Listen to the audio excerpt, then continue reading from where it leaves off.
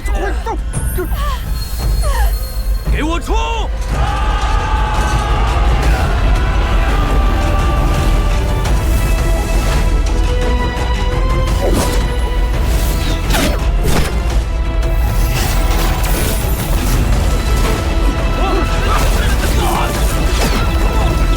哎，小虎，小虎！挡不住！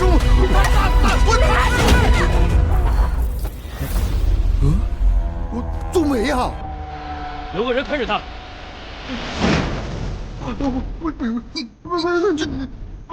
你抬着了你！我不让！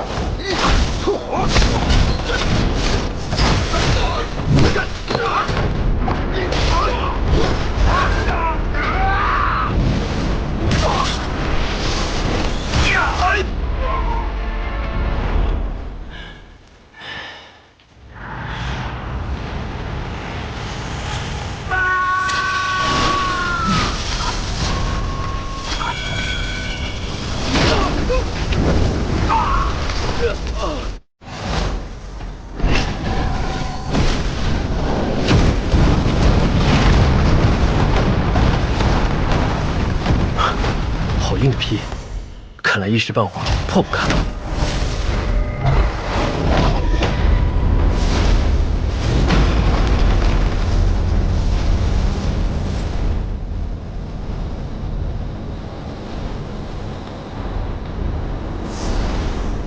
哎，等等！我是秦王之子，齐派曾定下过规矩，你们修仙之事是不能对世俗王族出手的。齐派的规矩与我无干。前辈不是齐派修士，为何要趟此浑水呢？我乐意。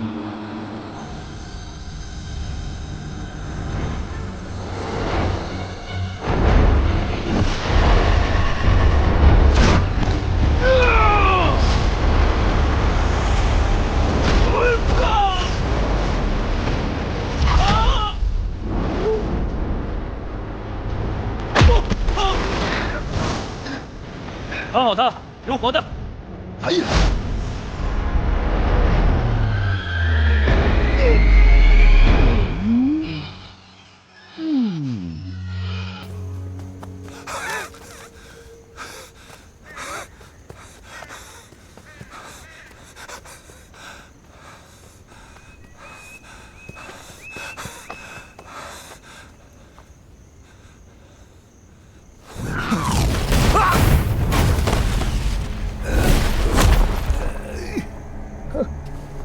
仙师在上，仙师在上。仙师，涉及陷害您的事儿，都是黑沙教所为，都是黑沙教所为啊！王某也是迫于生计，被逼无奈。我跟仙师素无私怨，今天放我一马，我愿将黑沙教所有的秘密全部告知仙师。听说你是兰州人，可认识一个叫莫居人的？敢问仙师，与此人有何恩怨呢？此人呢，曾试图加害于我，未遂。如此说来，小人也是代仙人出了一口恶气呀。哦，我灭了他家满门。哦，哎，你吸入了仙土，为何要跟一个凡人世家过不去啊？一堆凡人，灭了也就灭了。谁让他当初与我齐名呢？哎呀，本来还想问问你这妖化的功法来着。仙师，如果您愿意，放过小人，小人愿将此功法双手奉上。算了，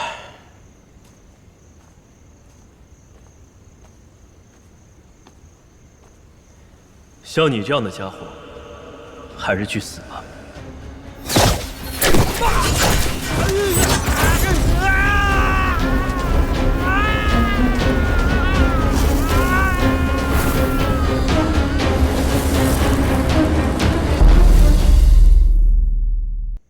把你的手掌拿开！别动啊！别动！叶童，赶紧放了我！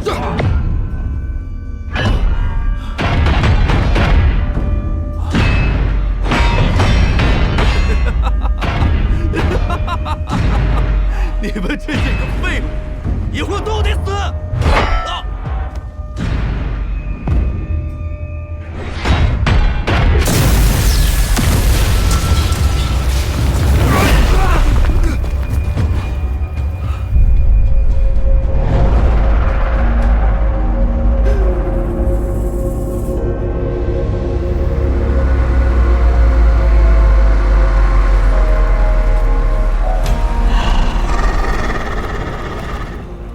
大哥，要在这快在这先走吧。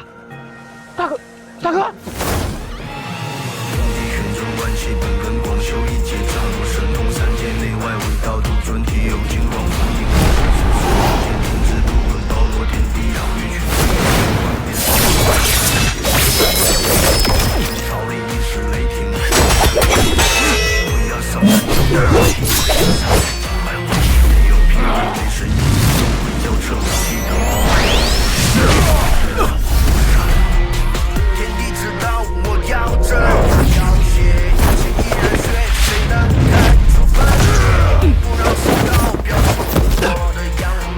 小仙师，我来救你！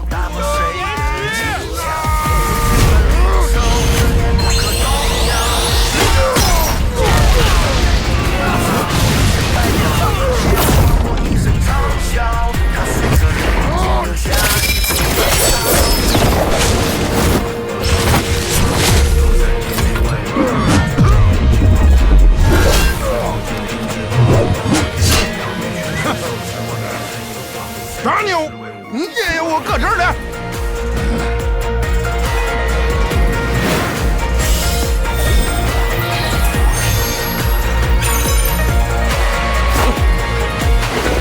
来呀！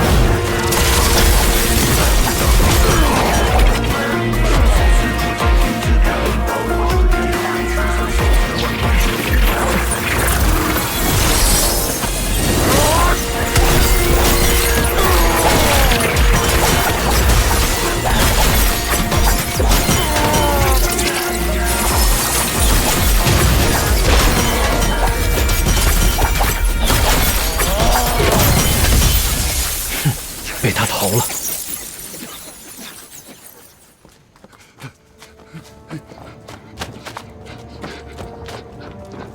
大哥，大哥，二哥，大姐，你快瞅瞅我这状态不对，快不行了这。小伙，这是怎么回事？这快不行了，看着。小仙师，你看小伙，哎。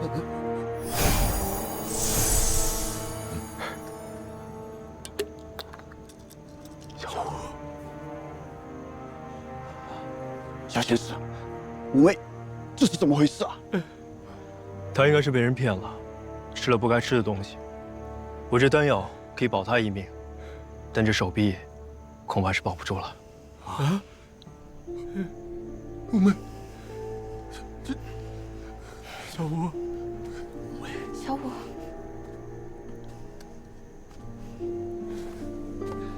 小仙师，五妹。他犯了大错，本该是必死。感谢小仙师不杀之恩，感谢小仙师。他打小叛逆，但我知道你们5人都不是恶徒。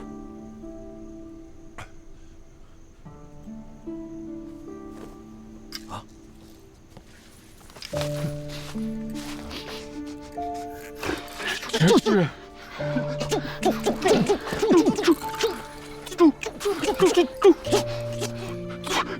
记得。拿着吧，这是你们应得的。啊！我得。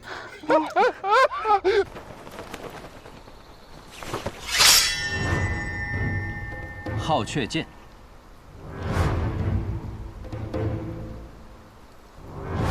我能见到消失的传国剑法列国吗？怕是不会了。练国剑法他练得不好，我自己倒有一套剑法叫天下第2，是我当年自创的。那时候我想的是，我自称第2，谁人敢称第1呢？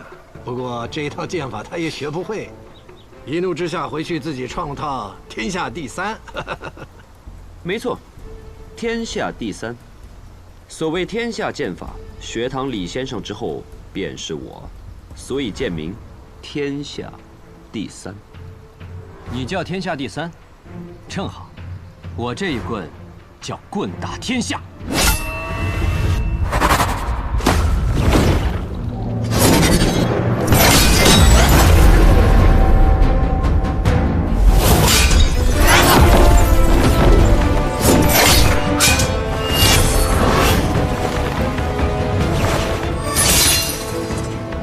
是排名第8的剑，又怎么比得上无极棍呢？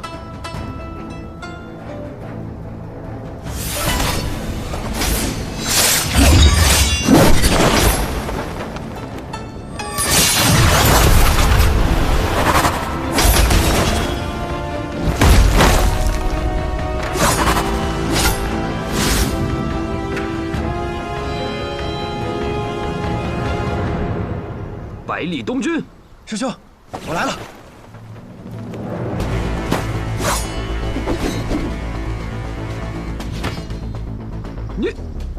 你怎么过来了？师兄，你大喊一声我的名字，难道不是叫我过来助阵的吗？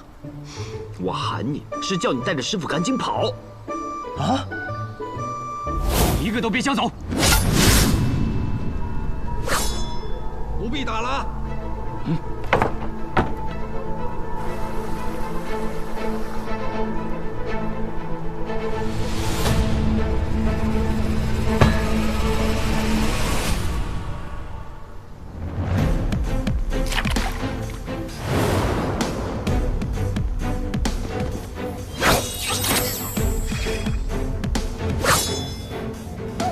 30岁以下者，你可称无敌；30岁以上者，胜你者不过10人，能杀你者至多3人。这3人中一定有我，但我不杀你。我告诉你你要的答案，但今日之后，我这位姓萧的徒弟，天启城的琅琊王，以后他要做的事，你得帮他。大河之水天上来。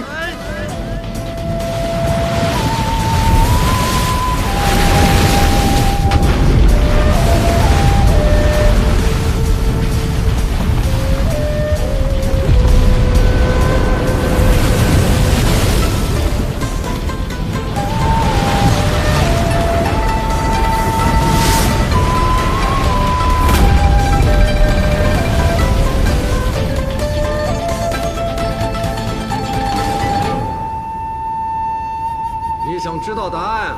好，我就告诉你答案。纵横江湖30载，以学堂之名震慑天下者是我。60年前冷暖双剑，一战大胜名剑山庄魏长树，人称昆仑剑仙者是我。90年前一身不衣，一柄残剑斩断魔教之祸者是我。120年前与诗仙同饮同眠同创施剑诀者，还是我。还有你最想知道的，150年前凭一己之力创下白小堂者，那是最早的我。仙人扶我顶，结发寿长生。我如今180多岁了，是你的老祖宗。你对你祖宗用棍，放肆！竟然真的有如此之事！你都已经猜到大半，又何必要求这个答案呢？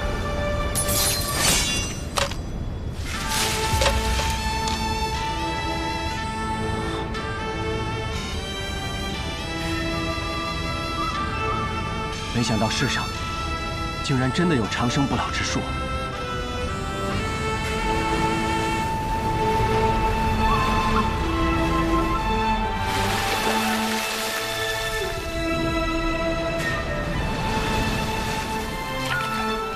世上哪有什么真正的长生不老啊？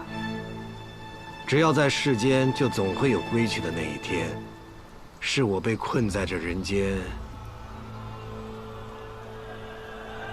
太久了。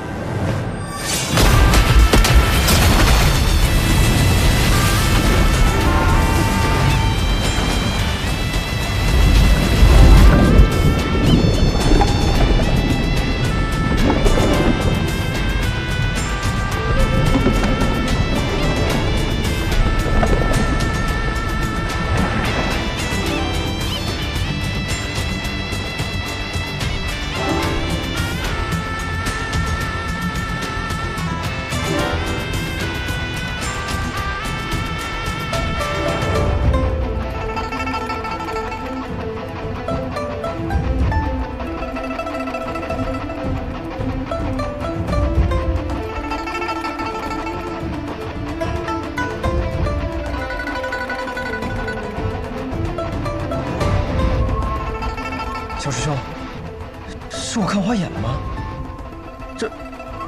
这是我们师傅，他怎么变得和我一样年轻了？师傅他真是人如其名啊，长生不老。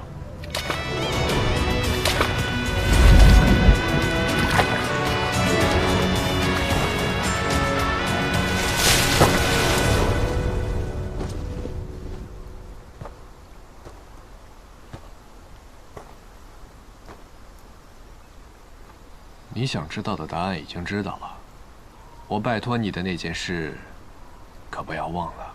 可白小棠从不参与朝堂之事，这不是老祖宗留下的规矩吗？我让你帮他，又没让白小棠帮他。再说了，老祖宗不就是我吗？你想看的，已经看到了。回去写入白小棠。但是不要让其他人知道，明白吗？我不对，弟子孩儿明白。咱俩现在看着差不多大，你就别再自称孩儿了，把我都叫老了。走吧。那孩儿先走了。若老祖宗再回天启，定要回白小棠看看。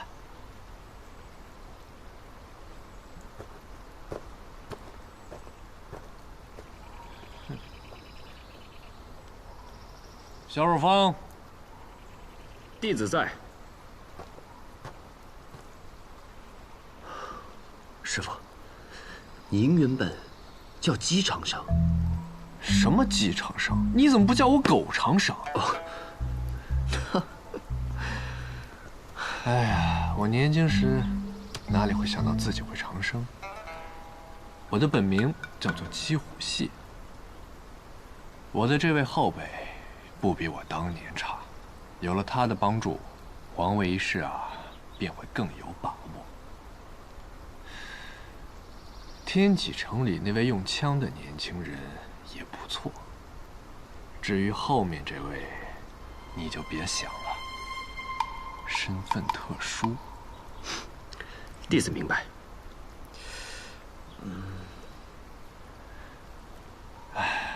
行了，你也走吧。我要去一个地方，到时候会写信给你。倘若你愿意，可以一同前去。我们说不定还能在那里喝上2杯。师父，您说的话，到底有几分真，几分假？弟子怎么觉得，死去一别，就再也见不到你了呢？你是白痴吗？啊？师傅什么时候骗过你们？都是你们自己不信。之前我说我跟师仙一起喝过酒，你们就在那背过身去翻白眼，以为我不知道啊？好，那希望这一回，师傅没有骗我们。哼，再会了。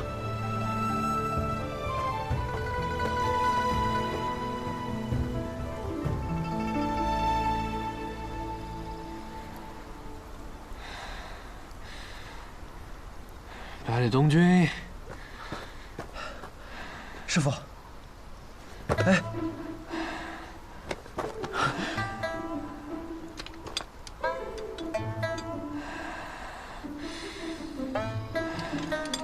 哎，师傅你别动了，你别动。哦。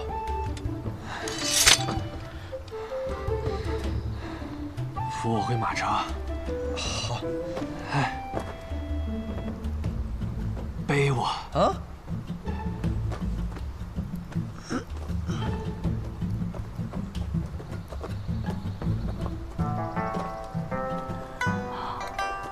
百里师叔，李先生他怎么变年轻了？先回马车上吧。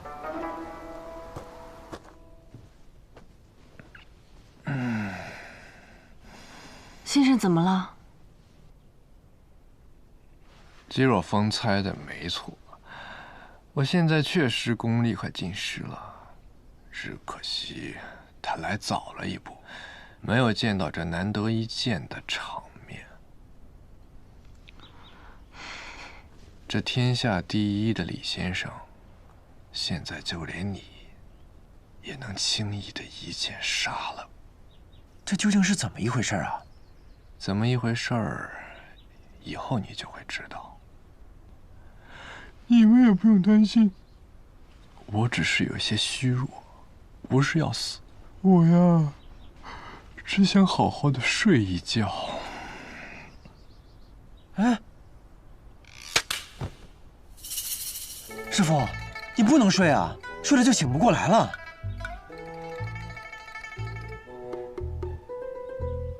啊！哎呦！我真的只想好好的睡一觉。师傅，你相信我，绝对不能睡。相信我，又不是第一回了。啊！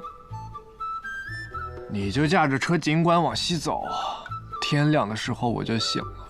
哎呦，行行好。师傅，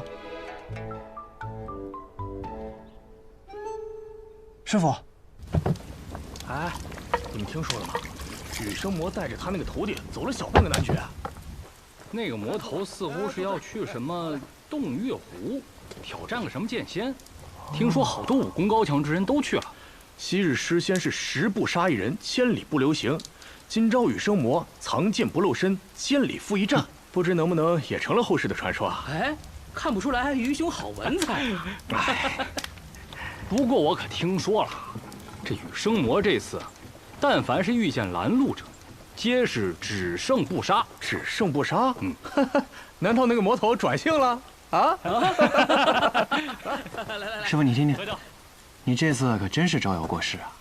就差在身上插一面旗子，上书“羽生魔在此”了。不过师傅，照这么走下去，你确定走到洞月湖之前，我们不会累死啊？杀人之前需要魔剑。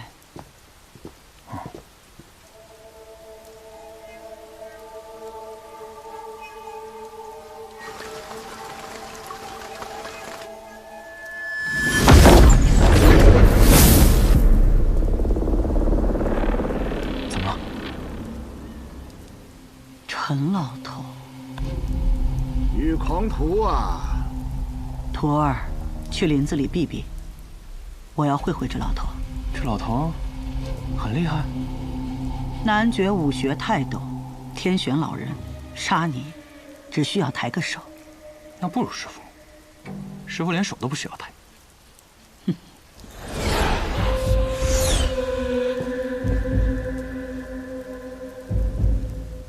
狂徒，咱们也有整整7年未见了吧？你是武学泰斗，我是魔头剑仙，见面无非是打架，不见也罢。听老朽一句劝，回头吧。你是什么东西？你有什么资格来劝我？李长生会听你的劝吗？我连李长生都敢打，你有什么资格在我面前说劝？你这一路只胜不杀，借水为剑，借花为剑，借叶为剑，就是从未拔剑。你是在蓄养剑气吧？剑气养足，杀意养够，再出一剑，就是惊天海地了。你是不是觉得自己很聪明？别人都看不透，你都能看得透。如果我对你出手，你保证不需要拔出你的旋风剑吗？若是拔剑，那你这一路辛辛苦苦蓄养的剑气，可就泄了。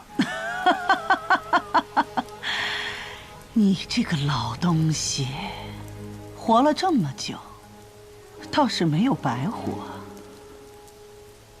北离这些年，仗着有个李先生，始终压男爵一头。男爵武道的气数本就不如北离，若是你执意要与燕灵峡一战，无论谁胜，都躲不过2败俱伤啊！男爵武道危矣，所以你再听老朽一句劝，回头吧。拿男爵来压我，男爵又算什么东西？谁拦我，我就杀谁。你若动手，我就拔剑。我若是拔剑，你一定会死。怎么？怕了？不要以为一把年纪就有资格站在高处跟我讲道理。像你这样的人，早就该活不过今日了。你这是要1意孤行了？就为了这个第1高手的名头？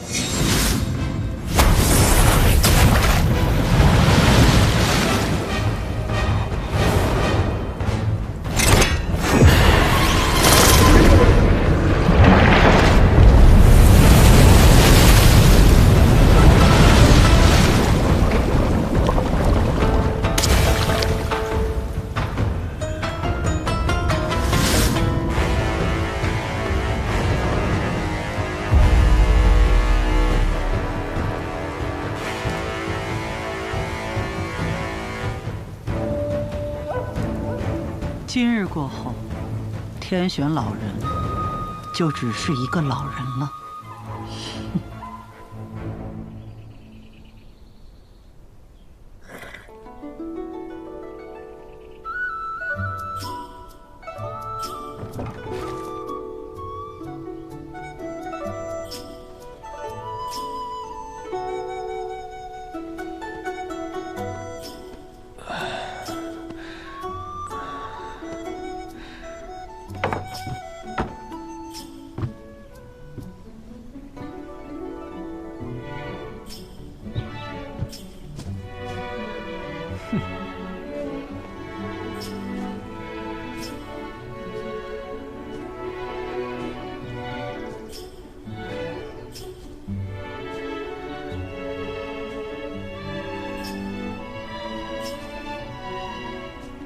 仙人早。哎，早。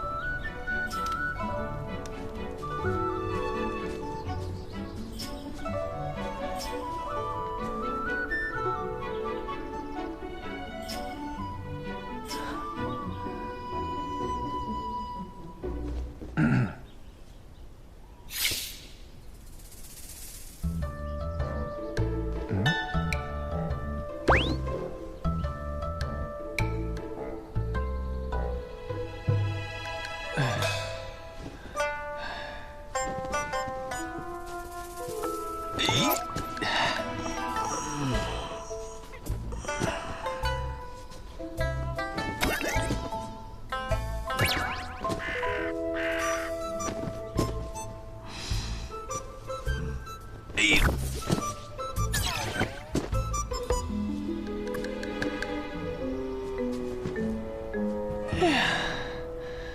昨日还是守寨星辰的天下第一人，今天连个野果都摘不下来。哎，好香啊！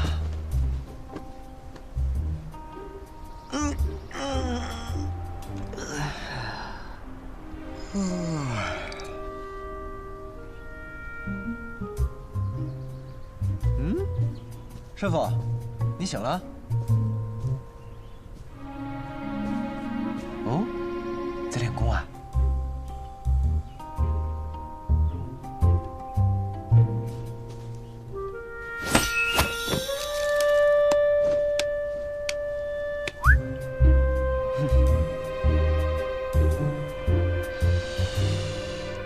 哇，好香的果子啊！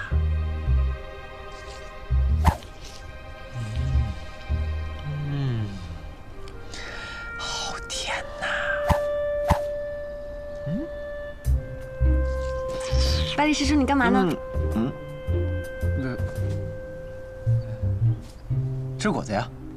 啊，吃饭了。吃饭了，师傅。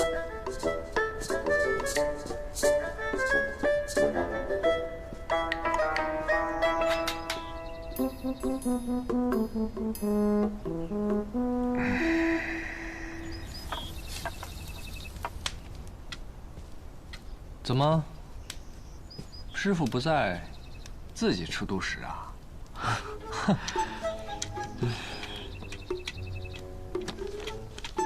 来，师傅。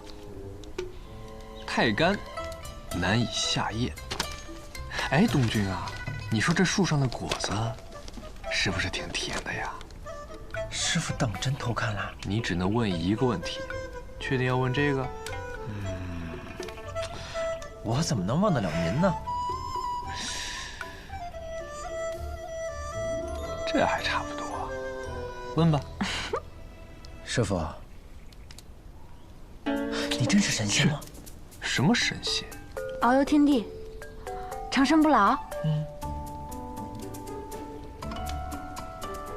我轻功虽强，一跃也高不过一座山；内力再好，这一掌不过掀起一条河而已。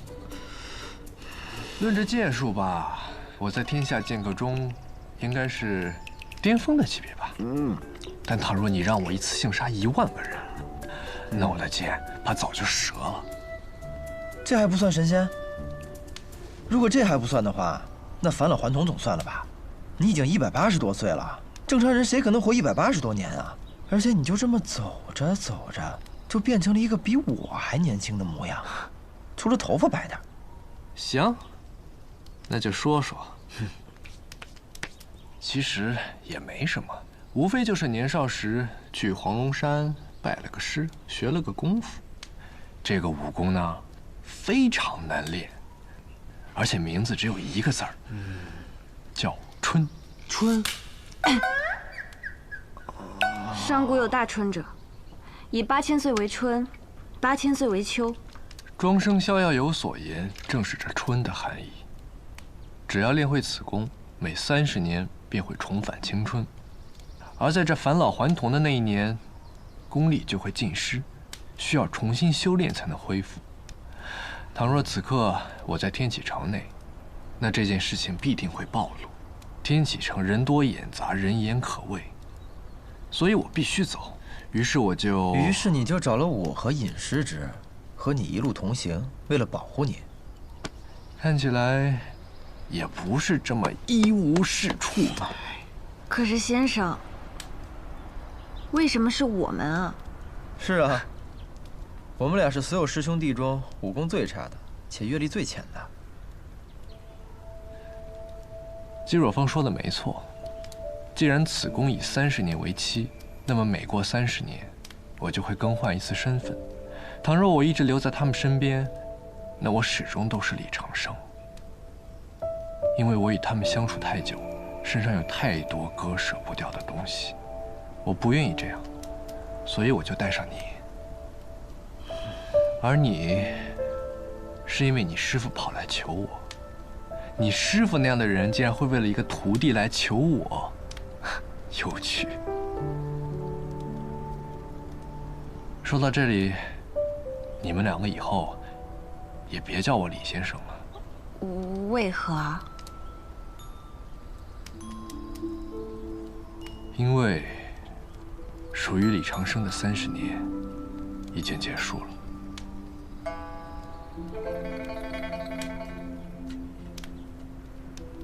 哎，你们说，下一世我取个什么名字好呢？不如跟你一样，取个复姓，就叫尉迟，或者叫欧阳、上官、司马。司马，南宫。什么？我只是觉得这个姓很适合现在的先生。南宫。好，南宫。那叫什么名呢？李先生虽然执掌学堂，但是他根本就不像个书生，行事作风非常狂。我这一世要当个儒雅的书生，就如同这春水一般荡漾，如同春水一般温和。春水，春水。南宫春水，就这么定了。南宫春水，这么随便的吗？取名字就是要痛快嘛。你们以后呀，就叫我南宫兄，啊，春水兄也行，都可以。外人问起，你们就说我是你们游历江湖认识的好友，记住了吗？记住了。记住了。好。哎，对了，南宫春水。春水兄，咱们此行究竟要去哪里啊？这天下间有一座城，风花雪月，人间至美。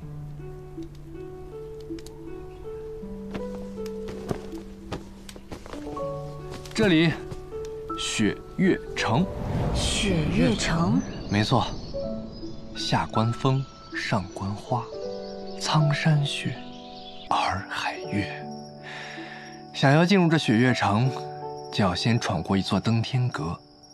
登天阁外皆是凡尘，只有真正登上了那天，才能见识到真正的雪月风华。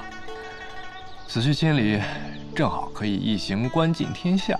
春水兄，真有雪月城这个地方吗？该不会是你瞎诌出来的吧？我怎么从来没有听说过？你没听过的事儿可多了。天下之大，无奇不有。就连北离的皇帝都不知道这天底下的庙城究竟有几座，更何况是你。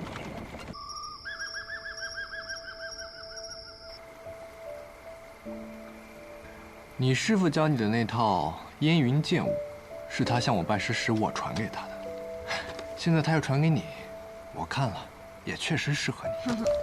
你就先练着，有什么问题随时向我问。多谢春水兄。对了，你师父登场的那套，你可千万别学啊，羞死个人！哎呦，天哪！是，那你可千万别告诉我师父。放心。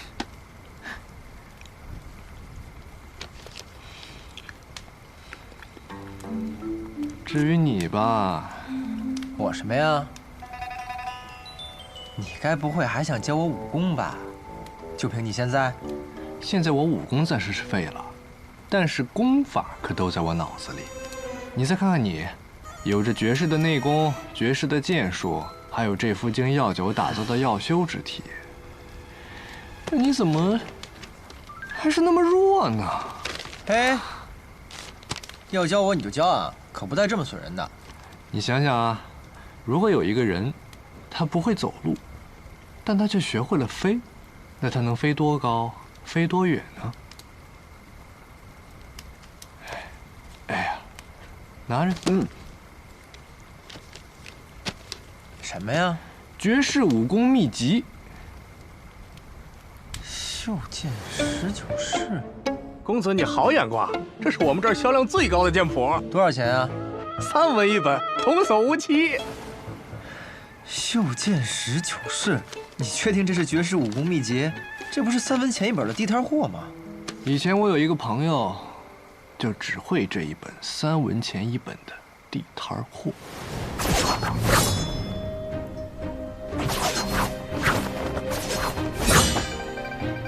这剑法如此蠢笨，为何还要反复修炼？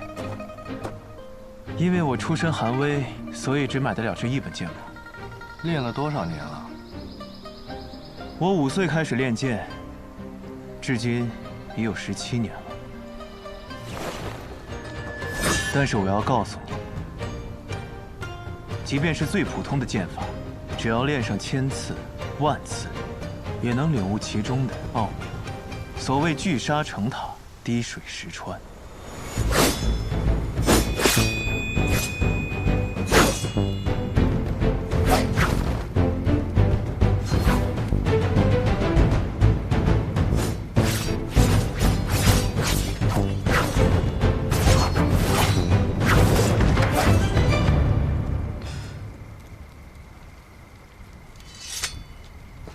聚沙成塔，水滴石穿，怎么听起来像是一种自欺欺人的说法呢？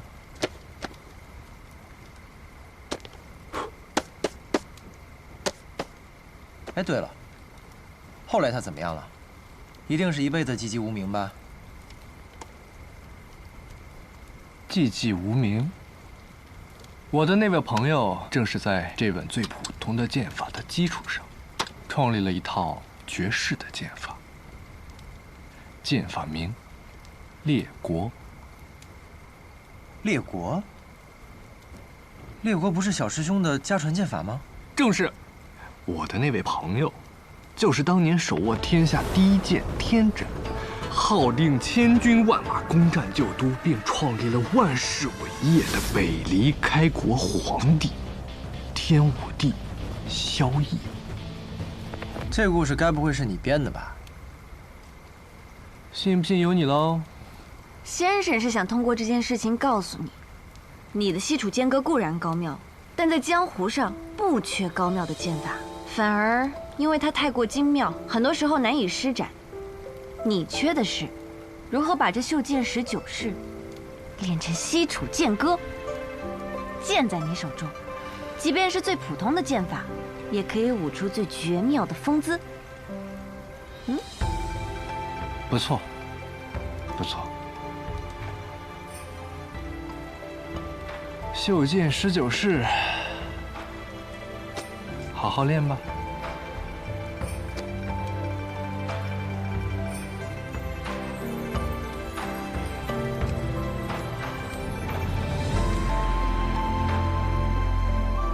真是这样。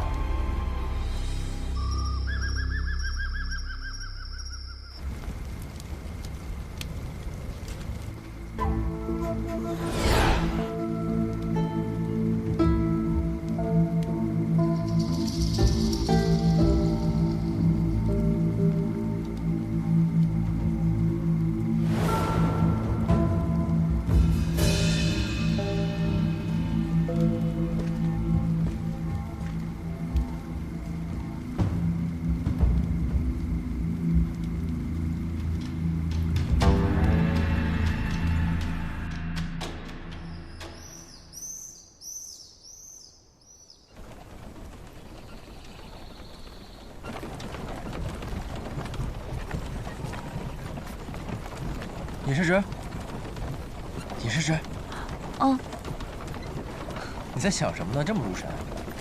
没什么，可能是有些累了。累了。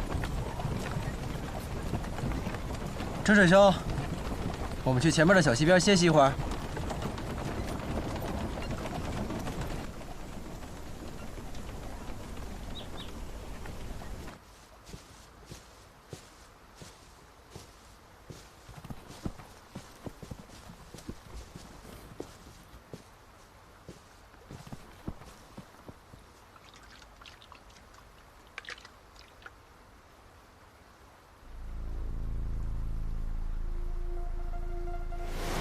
消息，二小姐来了。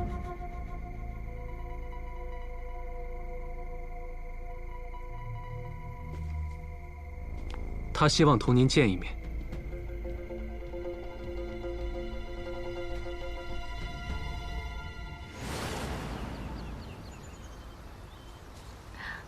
百里师叔，春水兄，我先去采些野果。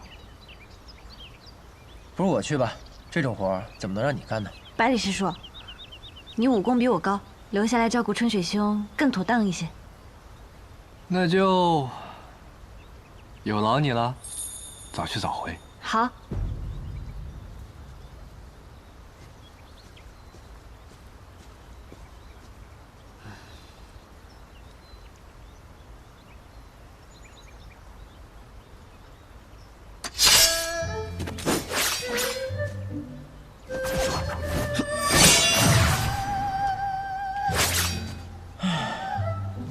要不还是我自创一套剑法吧，也比这破剑法强啊！我跟你说了多少次了，这可不是什么破剑法，曾经可是有人把它练出了剑仙的风范。那人练了19年才名扬天下，我可等不到那个时候。那会儿我都快40了，还有什么意义啊？你就这么急着名扬天下？那是，我跟人家可是有约定的。他说等我名扬天下的时候便会来寻我，所以啊，我不能让他等太久。哼，女人啊，她可不是普通的女人，她是我心中最美的女人。当然，我只与她见过2次，互相喜欢还谈不上，但我坚信，当我名扬天下，与她重逢的那一天，将会是我们故事真正的开始。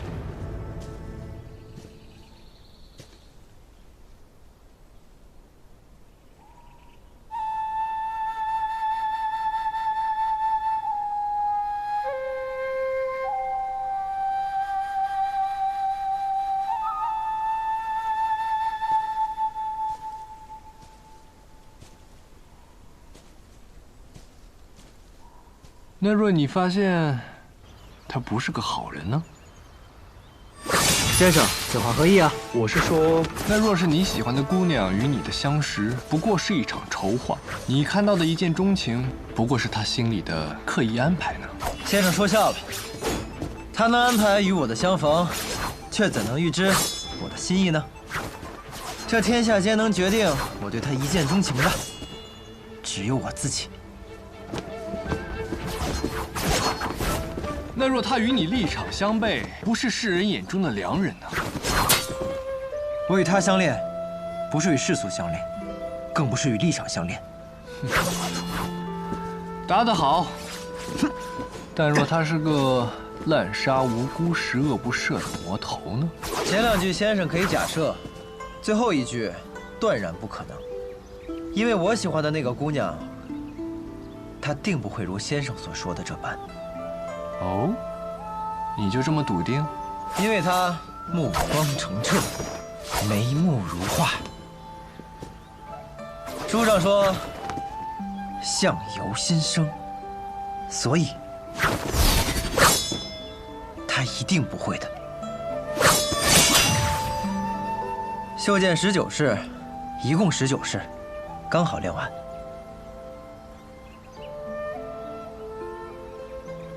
李长生啊，还真是收了个好徒弟。妹妹，姐姐，你怎么出来了？我出来看姐姐。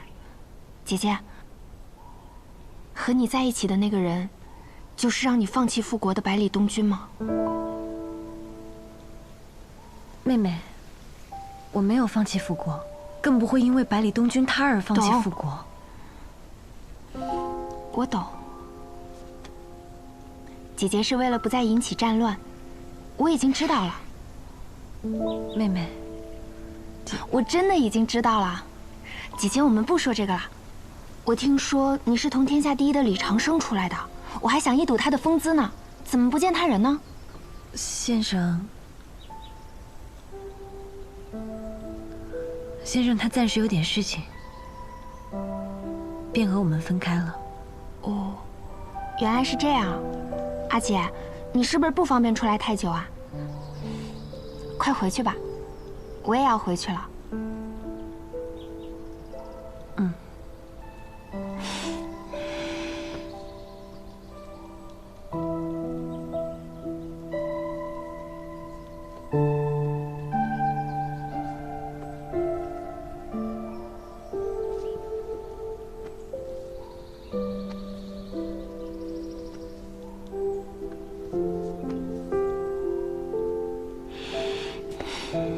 阿姐，我走啦。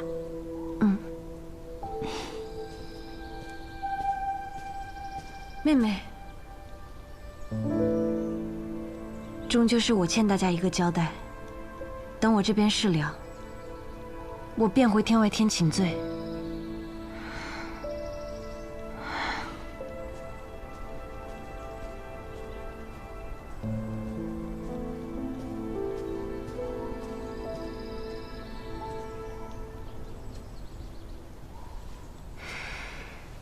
小姐之前说的另一条路，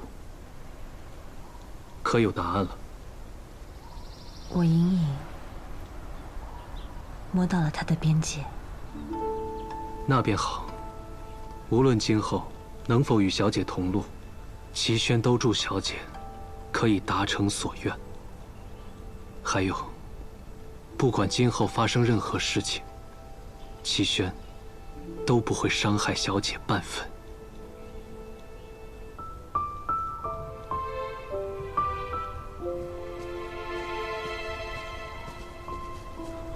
二小姐此行，难道只为了看小姐一眼吗？